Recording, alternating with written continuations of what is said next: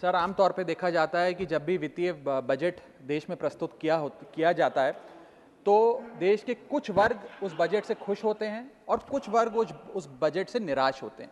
लेकिन इस बार सरकार ने वो अचीव कर लिया जिसे अचीव करना संभव ही नहीं था। इस सरकार ने इस बजट से लगभग देश के हर वर्ग को निराश किया। They have managed to displease all sections of our society. In fact sir, Bharatiya Janata party के अपने समर्थक भी, अपने वोटर भी इस बजट से बेहद निराश हैं।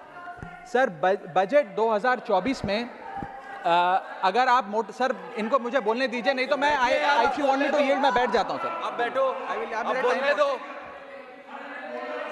माननीय सदस्य, आप बोलो ना। माननीय सदस्य, क्या प्रॉब्लम है? कृपया बैठे।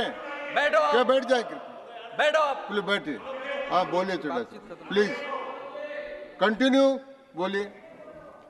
सर, पिछले 10 सालों में टैक्स लगा कर सरकार ने एक देश के आम आदमी का खून चूस लिया। अब आप मानिए, आप 10 रुपए कमाते हैं, उसमें से 3 साढ़े 3 रुपए आप इनकम टैक्स के माध्यम से दे देते हैं, 2 रुपए 2.5 रुपए जीएसटी आपका चूस लेता है, 1.5-2 रुपए आपका कैपिटल गेन टैक्स लगता है, सेस सरचार्जेस 1-1.5 रुपए के लग जाते हैं, तो मात्र 10 रुपए में से 7-8 रुपए तो सरकार के खजाने में चला जाता है।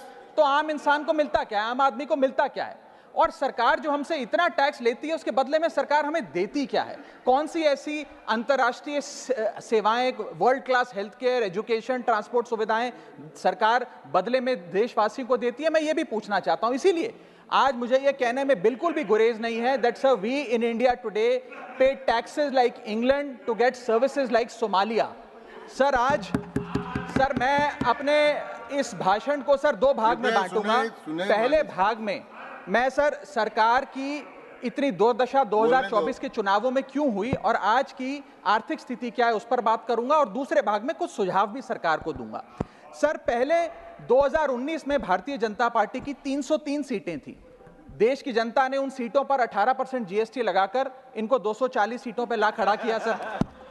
सर, इसके कई कारण बताए जाते हैं। कोई कहता है कि धर्म का कार्ड नहीं चला, कोई कहता है जातीय कारण है, तो कोई कहने लगता है कि टिकट डिस्ट्रीब्यूशन में कमी रही। सर, ये सब ऊपरी कारण है। मैं 3 कारण बताता हूं जिस वजह से भारतीय जनता पार्टी की ये दुर्दशा हुई। पहला कारण है इकोनॉमी, दूसरा कारण है इकोनॉमी, और तीसरा कारण भी है इकोनॉमी। सुनिए प्लीज, ये सर मैं बैठ जाता हूं। ये राष्ट्रपति के अभिभाषण पर चर्चा नहीं है, ये आम बजट पर चर्चा है। माननीय राघव चड्ढा जी, आपस में बात नहीं करें। माननीय राघव चड्ढा जी, ये राष्ट्रपति के अभिभाषण पर चर्चा नहीं है, ये आम बजट पर चर्चा। बोलिए सर, बजट पे आप बोलो। आप बजट पर बोलिए, आम बजट। सर, अगर आपने मेरी पूरी बात सुनी होती तो शायद इतनी आपत्ति इन लोगों को ना होती। सर, मैं यही कहना चाह रहा हूं कि कई कारण बताए जाते हैं चुनावी हार के, लेकिन मेरे मुताबिक 3 महत्वपूर्ण कारण है। पहला कारण इकोनॉमी, दूसरा कारण इकोनॉमी, और तीसरा कारण भी इकोनॉमी। मैं इकोनॉमी की बात कर रहा हूं, चुनावों की बात नहीं कर रहा। सर पहला कारण, सर मैं बैठ जाता हूं सर, इनको चिल्लाने दीजिए, मैं बैठ जाता हूं सर। माननीय सदस्य जब बैठिए, जब आपका समय आए तो आप बता देना दिल्ली में कैसे आ रहे। अभी उनको बोलने दीजिए, बोलिए। अभी उन्होंने बना दिया है। बोलिए। सर, पहला कारण हार का है rural income and inflation. Sir, Bharat की 60% से ज्यादा आबादी सर गांव में बसती है, लेकिन आज सर सर ये ठीक नहीं है सर। इनकी तबीयत खराब है, इनके पेट में क्यों दर्द हो रहा है? इनकी तबीयत खराब है, क्या दिक्कत है? इनके पेट में दर्द हो रहा है, इनकी तबीयत खराब है क्या सर? आज आप बैठिए, बैठ जाए। माननीय सदस्य कृपया बैठ जाए। मन कृपया बैठिए।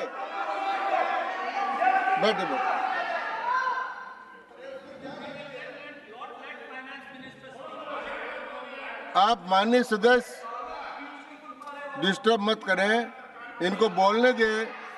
आपको बोलने का अवसर मिलेगा, अब इनको बोलने दें। हाँ सर, मैंने 2.5 मिनट बोला, उसमें 5 बार इन्होंने इंटरप्ट किया है। मैं अपना समय सूद समेत इनसे वसूलूंगा सर। मैं आगे चलता हूं।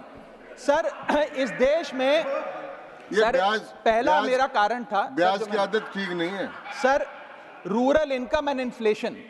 सर आज rising rural inflation, rural unemployment, low crop yield, income inequality, farmer debt, high input cost, low income, no MSP और क्रॉप लॉसेस के चलते यह आलम है सर कि रूरल इनकम ग्रोथ वित्तीय वर्ष 23-24 में डेकेडल लो पे है, डेकेडल लो पे।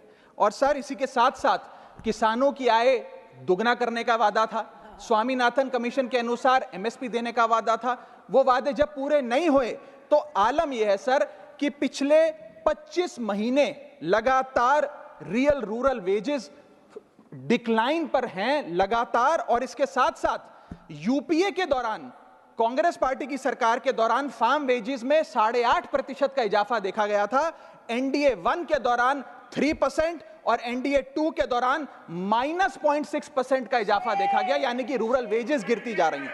सर मैं ऐसे साधारण भाषा में समझाता हूं सर 2014 में एक दिहाड़ी मजदूर एक दिन की अपनी दिहाड़ी से 3 केजी अरहर की दाल खरीद सकता था सर आज वही दिहाड़ी मजदूर वर्ष 2024 में एक दिन की दिहाड़ी से 1.5 केजी अरहर दाल खरीद पा रहा है, यानी कि महंगाई भी बढ़ रही है और उसकी आमदनी भी घट रही है।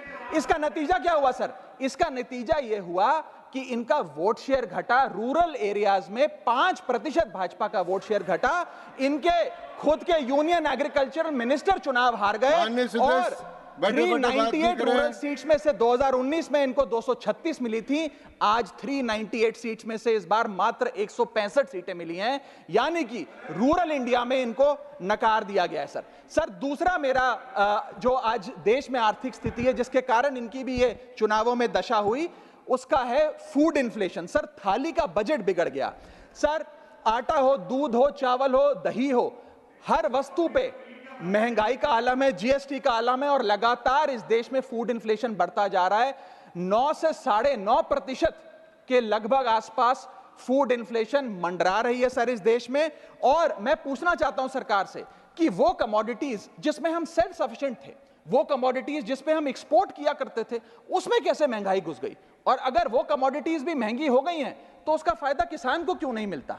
वो सारा पैसा जा कहां रहा है? ये एक बड़ा महत्वपूर्ण सवाल है सर। आटा 2014 में 21 रुपए प्रति केजी बिका करता था, आज 42 रुपए प्रति केजी हो गया है। दूध 30 रुपए प्रति लीटर के आसपास बिका करता था वर्ष 2014 में, आज 2024 में 70 रुपए प्रति लीटर बिकता है सर। देसी घी 2014 में 300 रुपए प्रति केजी पे बिका करता था, आज 2024 में 675 रुपए प्रति केजी बिकता है। अरहर की दाल 80 रुपए प्रति केजी बिका करती थी 2014 में, आज 230 रुपए प्रति केजी बिक रही है। और न जाने कितनी वस्तुओं के दाम आसमान छू रहे हैं sir.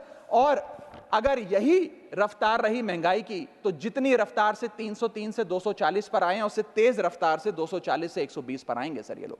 Sir third reason is unemployment, यानी कि बेरोजगारी। सर इनफॉर्मल सेक्टर हो या फॉर्मल सेक्टर हो, अनऑर्गेनाइज सेक्टर हो या ऑर्गेनाइज सेक्टर हो, हर जगह अनएम्प्लॉयमेंट है। और सीएमआई की रिपोर्ट यह बताती है कि अनएम्प्लॉयमेंट दर ऑर्गेनाइज सेक्टर की इस देश में 9.2% है। अनऑर्गेनाइज सेक्टर की तो बात ही भूल जाइए, ऑर्गेनाइज सेक्टर की अनएम्प्लॉयमेंट दर 9.2% है। और हम लोग अपने देश के ह्यूमन रिसोर्सेज को किस कागार पे लाकर खड़ा कर दिया है उसका आलम देखिए सर। उत्तर प्रदेश सरकार के सचिवालय में पीएन की पोस्ट के लिए 368 नौकरियां निकली, 23 लाख लोगों ने उसके लिए आवेदन पत्र दिए। इंडियन रेलवेज के ग्रुप डी एम्प्लॉइज में 63,000 पोस्ट निकली, उसके लिए 2.5 करोड़ लोगों ने आवेदन पत्र दिए। 2.5 करोड़ ऑस्ट्रेलिया की आबादी से भी ज्यादा है sir 9,900 constable post Bihar police निकालती है, उसके लिए 11 लाख आवेदन पत्र आते हैं। और सर सारी चीजें छोड़िए, महाराष्ट्र सचिवालय के कैंटीन में 12 वेटरों को भर्ती करने के लिए जब आवेदन पत्र मांगे गए तो 7,000 लोगों ने आवेदन पत्र दिए, जिसमें कई पोस्ट ग्रेजुएट्स और ग्रेजुएट्स भी शामिल थे। सर ये बेरोजगारी का आलम है। चौथा, की सेक्टर स्टैग्नेशन। जितने की सेक्टर्स हैं इस देश में, कंस्ट्रक्शन हो, ट्रेड हो, जो इंप्लॉयमेंट क्रिएट करते हैं, उसमें एक स्टैग्नेशन आता जा रहा है। और इंडस्ट्री का इन्वेस्टमेंट जिसे कहते हैं ग्रॉस फिक्स्ड कैपिटल फॉर्मेशन, वो लगातार घटती जा रही है। और मुझे बताते हुए दुख है कि न्यू प्राइवेट इन्वेस्टमेंट वित्तीय वर्ष 24-25 के पहले क्वार्टर में 25 ईयर लो पर आ खड़ी है, यानी कि निवेश नहीं कर रही है इंडस्ट्री आज भारत देश की। सर, पांचवा कारण है गिरती हुई पर कैपिटा इनकम, यानी कि प्रति व्यक्ति आय। देश के 12 राज्यों में लगातार पर कैपिटा इनकम घटी। उन 12 में से 9 राज्यों में भारतीय जनता पार्टी का वोट शेयर भी घटा।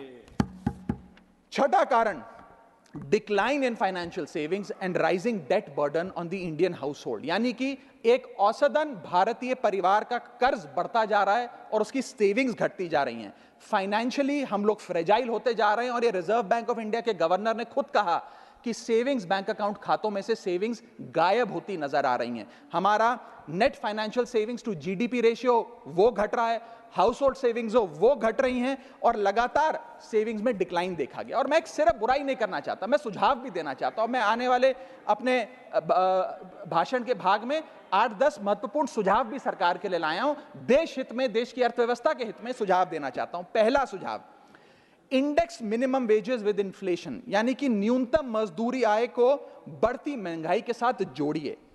Ma'am, inflation erodes purchasing power. Inflation वो महंगाई वो दीमक है जो आपकी परचेजिंग पावर, आपकी संपत्ति को खा जाती है। इसीलिए आज मैं कहना चाहता हूं कि जैसे बेल्जियम जैसे देशों ने ऑटोमेटिक इंडेक्सेशन ऑफ वेजेस लागू किया है, उसी प्रकार हमारे देश में भी मिनिमम वेजेस की ऑटोमेटिक इंडेक्सेशन होनी चाहिए। और यहां मैं ये बताना चाहूंगा कि मेरे नेता अरविंद केजरीवाल जी ने, हमारी आम आदमी पार्टी की सरकार ने देश में सबसे ज्यादा मिनिमम वेजेस दिल्ली में देने का काम किया।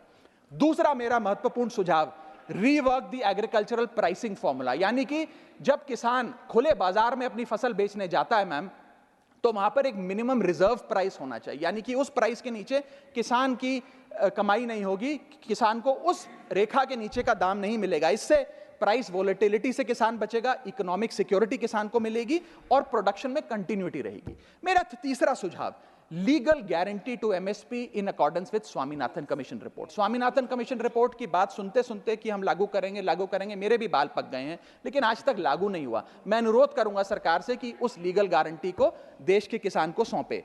चौथा और बहुत महत्वपूर्ण, हाथ जोड़कर विनती करना चाहूंगा, restore indexation on long term capital gain. Ma'am, पूरे दुनिया में इन्वेस्टर्स को इन्वेस्टमेंट्स करने के लिए, प्रमोट करने के लिए इंसेंटिवाइज किया जाता है। इस देश में इंडेक्सेशन हटाकर हम इन्वेस्टर क्लास को डिसइंसेंटिवाइज कर रहे हैं इन्वेस्ट करने के लिए। इंडेक्सेशन हटाना टैक्स लगाना नहीं है, इन्वेस्टर्स को पीनलाइज करने जैसा है। मैडम, मैं बताना चाहता हूं, inflation ravages the value of money. पैसे को खा जाता है इन्फ्लेशन, इसीलिए हम कॉस्ट ऑफ एक्विजिशन को इंडेक्स कर कैपिटल गेन टैक्स की कैलकुलेशन करते हैं। और जो लोग खुश हैं आज कि कैपिटल गेन टैक्स को 20% से घटाकर 12.5 कर दिया है, उनके लिए मैं एक उदाहरण लाया हूं। इस उदाहरण के माध्यम से हम समझ जाएंगे कि कैसे इंडेक्सेशन हटाना इस देश के इन्वेस्टर को एक बहुत बड़ी उसकी जेब पे डाका डालने जैसा है। मैडम, फर्ज करिए कि 2001 में आपने 1 करोड़ रुपए का एक मकान खरीदा। वो मकान की दर 6% के हिसाब से बढ़ती गई उसकी वैल्यू, और आज वो मकान जो 1 करोड़ का आपने 2001 में खरीदा था, वो आज 4 करोड़ 17 लाख रुपए का हो गया। अब 2 सिनेरियो हैं, एक इंडेक्सेशन का सिनेरियो जिसमें आप बेचें उस पर टैक्स लगे, और एक नया सिनेरियो जिसमें आप उसे बेचेंगे तो नई रेट के अकॉर्डिंग उस पर टैक्स लगेगा। मैं पहले पुराने सिस्टम के हिसाब से, इंडेक्सेशन वाले सिस्टम के हिसाब से उस पर कितना टैक्स लगेगा वो आपको बताना चाहता हूं। आज वो मकान जो आपने वर्ष 2001 में 1 करोड़ का खरीदा था, वो आप 4 करोड़ 17 लाख रुपए का बेचती हैं, तो आपकी सेल प्राइस 4 करोड़ 17 लाख, लेकिन आपकी purchase price, inflation adjusted indexed purchase price 1 crore नहीं, लगभग 3 करोड़ 60 लाख के आसपास आती है।